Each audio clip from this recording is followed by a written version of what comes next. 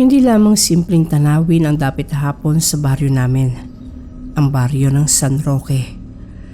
Kapag ang langit ay naging sobrang kahel, iyong halos nagliliyab ang buong abot tanaw, tumitigil ang mga tao sa ginagawa nila. Ang mga naglalakad ay umuuwi. Ang mga batang naglalaro ay tinatawag pabalik sa bahay. Ang mga aso ay kinakaladkad paloob ng bakuran. At ang mga matatanda, tahimik na nagsasara ng bintana habang pabulong na nagdarasal. Noong bata pa ako, akala ko maganda lang talaga ang tingin nila sa kulay kahel. Mainit, masigla, parang puno ng pag-asa. Pero nang tumuntong ako ng 18, saka ko lang nalaman kung bakit walang gustong maiwan sa bukid tuwing nagliliyab ang langit. Nagsimula ang lahat ng magkasakit ang kapatid kong si Alvin. Matamlay siya noon, payat at halos hindi makatayo. Sabi ng doktor, mahina na ang baga niya at kailangan siyang dalhin sa syudad. Pero wala kaming pera, wala kaming sasakyan.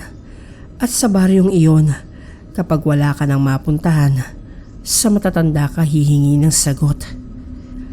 Si Lola Nita ang nagsabi sa amin, "Kapag nagkulay kahel ang langit, pumunta ka sa gitna ng bukid. Huwag kang lilingon. Huwag kang magsasalita kapag may narinig ka.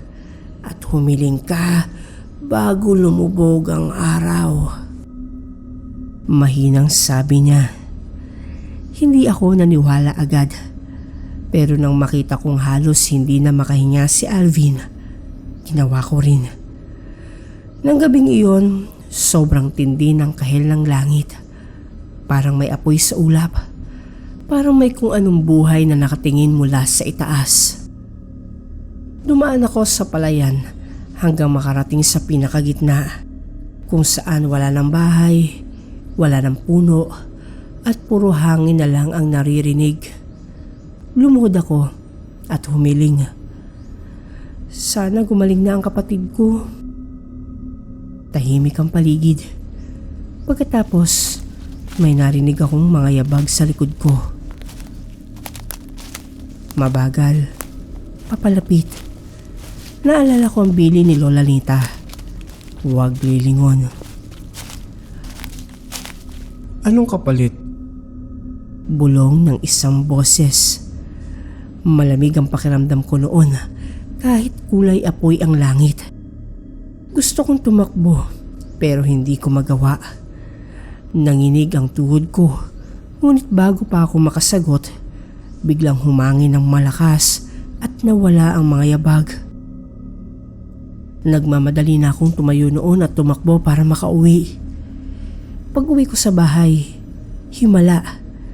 Nakaupo na si Alvin sa higaan, kumakain ng lugaw. Makaraan ng 2 araw, nakakalakad na siya. Makaraan ng 1 linggo, parang walang sakit.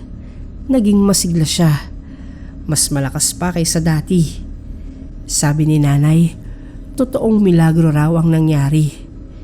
At sa mga sumunod na araw, naniwala na rin ako sa biyaya ng kulay kahel. Mainit ito, buhay ito, pag-asa ito. Pero sa baryo, may unang nawala pagkaraan ng 1 linggo. Si Mang Kaloy.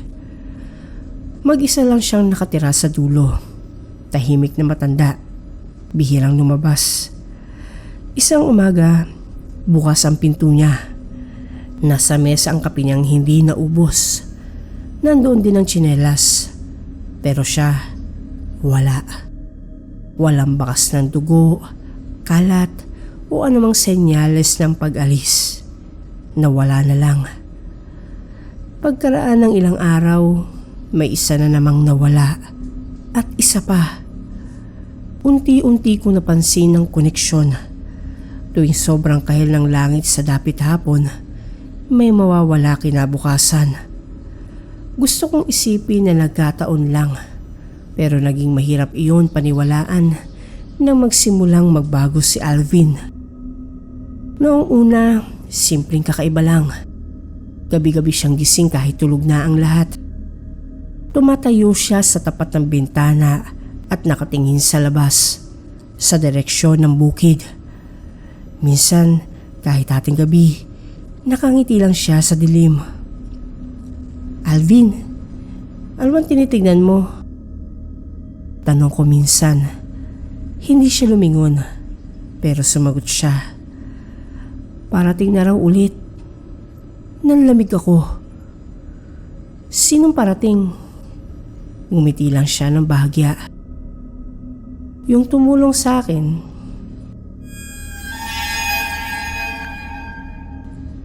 Mula noon, hindi ko na siya maiwasang bantayan. Napansin kong kapag dapit hapon na at nagsisimulang magkulay kahel ang paligid, parang nag-iiba ang mukha niya. Hindi yung physical na pagbabago, pero may kakaiba sa kanyang mga mata. Parang sobrang gising, parang sobrang buhay, parang may apoy sa ilalim ng balat. At isang gabi, sinundan ko siya. Lumabas siya ng bahay bago tuluyang lumubog ang araw. Tahimik siyang naglakad papunta sa bukid na parang may tumatawag sa kanya. Hindi niya ako napansin noon sa kanyang likod. Pagdating niya sa gitna ng palayan, huminto siya. Nakatayo lang siya roon habang ang buong langit ay nagliliyab sa kahel. At doon ko sila nakita. Mga tao o mga anyong mukhang tao. Nakatayo sa malayo, paikot sa kapatid ko. Hindi ko makita ang mukha nila dahil puro liwanag ng dapit hapon ang tumatama sa kanilang mga katawan.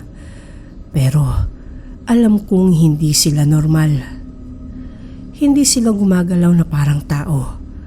At bawat isa sa kanila ay tila manipis, parang anino ng apoy.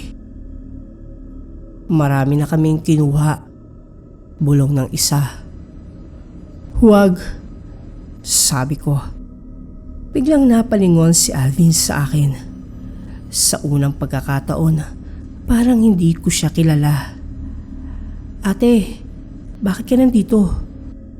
Sabi niya, nakalmado ang boses.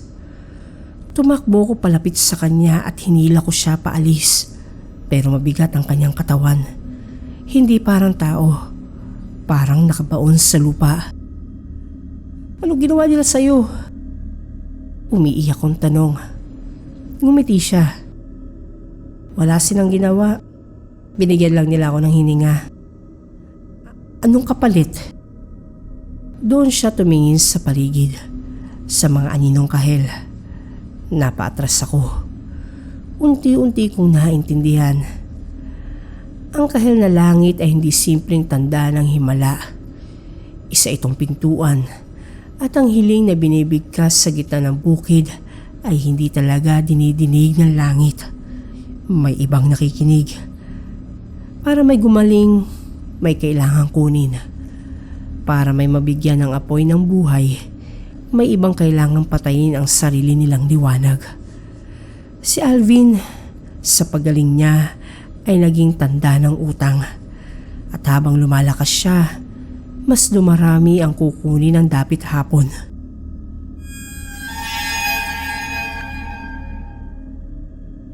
Hinila ko siya ng buong lakas. Isang saglit at parang natauhan siya. Nawala ang kakaibang tingin sa mga mata niya at pumalhit ang takot. Ate, ayoko na rito." Nanginginig niyang sabi. Pero huli na. Sa likod namin, may lumapit na yabag. Parehong yabag na narinig ko noong gabing humiling ako. "Bayad na ba?" Bulong ng boses. At sa isang iglap, nawala ang hangin. Hindi ko maipaliwanag ang sumunod. Parang gumalaw ang mismong kulay ng langit. Parang bumagsak ang dapit hapon sa lupa. Sumigaw ako. Humawak si Alvin sa akin at nang magdilim na, mag-isa na lang akong nakaluhod sa gitna ng palayan. Wala na ang kapatid ko.